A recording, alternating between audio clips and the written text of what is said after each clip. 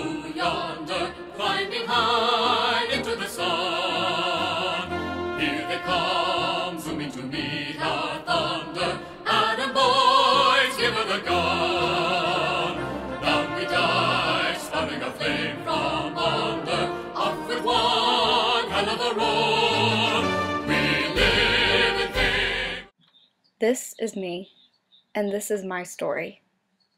Starting in high school, I fell in love with the family and values that came from being in junior ROTC, and now I get to experience the same with Air Force senior ROTC.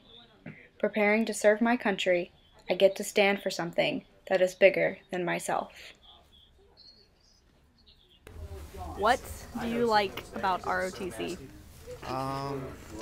Well, it's what I like the most. It's developing us to become great officers and it's giving us the time to, have good time management and to be smart in college. I mean, you can, at least ROTC, you're working on something that's going to be bigger than yourself and be serving your country. I get the opportunity to say that I am a part of a group of people that less than 1% of the population gets to say that they are a part of. A number that is even fewer for those females who can step up to the challenge. Okay, so what's it like to be a female in ROTC? Female, it's a harder fight being a female, but it definitely has its rewards. Okay. With 6 a.m. physical training, or PT, numerous community service opportunities, and clubs within ROTC, there is always something going on for all cadets to be involved in. How do you feel this ROTC as a social group separates us from the rest of campus?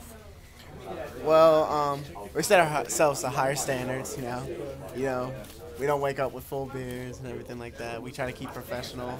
It makes us better in the classroom setting.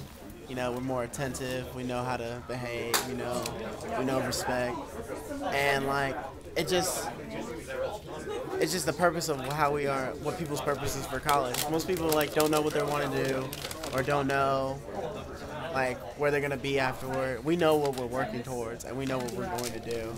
And it's just we had ourselves to our higher standard. We're trying to live for the moment of impressing those future officers before us, or those future soldiers. And basically, the thing that sets us aside is professionalism and service before self, basically. Okay, so what do you feel is one of the major reasons that there's such a high dropout rate for ROTC? Because I know that we went from about 60 100s, and we're ending up with, I think we have 21 right now. Well, my 100 year was last year, and I know a lot of the reasons why was, it just wasn't for them. It's not taking anything from them. They were great cadets, but it wasn't for them, so they dropped out. Grades, they couldn't handle the stress, and that's the only problem. It's not stressful. It's what you can do of it, and a lot of reason why cadets dropped out is they didn't get involved, and when not getting involved, you miss out on a lot of great opportunities, which I feel like if they stayed in, they would have experienced that. So, And how much of a challenge do you feel like that is? Just to say that you're an ROTC and to try and live this lifestyle before you even become an officer or you go to the field training in the summer. The biggest challenge is having that drive, having that heart to want to give yourself to service. That's probably the biggest thing. And my final question is, what do you think sets ROTC apart from the rest of NC State when you look at democratic maturity? Basically, being more mature in a sense of being proud of where we come from. Okay. I can give you a great example. I'm in the Arnold Air Society, and every fall semester we guard the bell tower to honor those veterans that died in war and veterans who are veterans. And when I was guarding, people drove by drunk, yelling this and that, and taken away from the fact of what people have really done. You have to.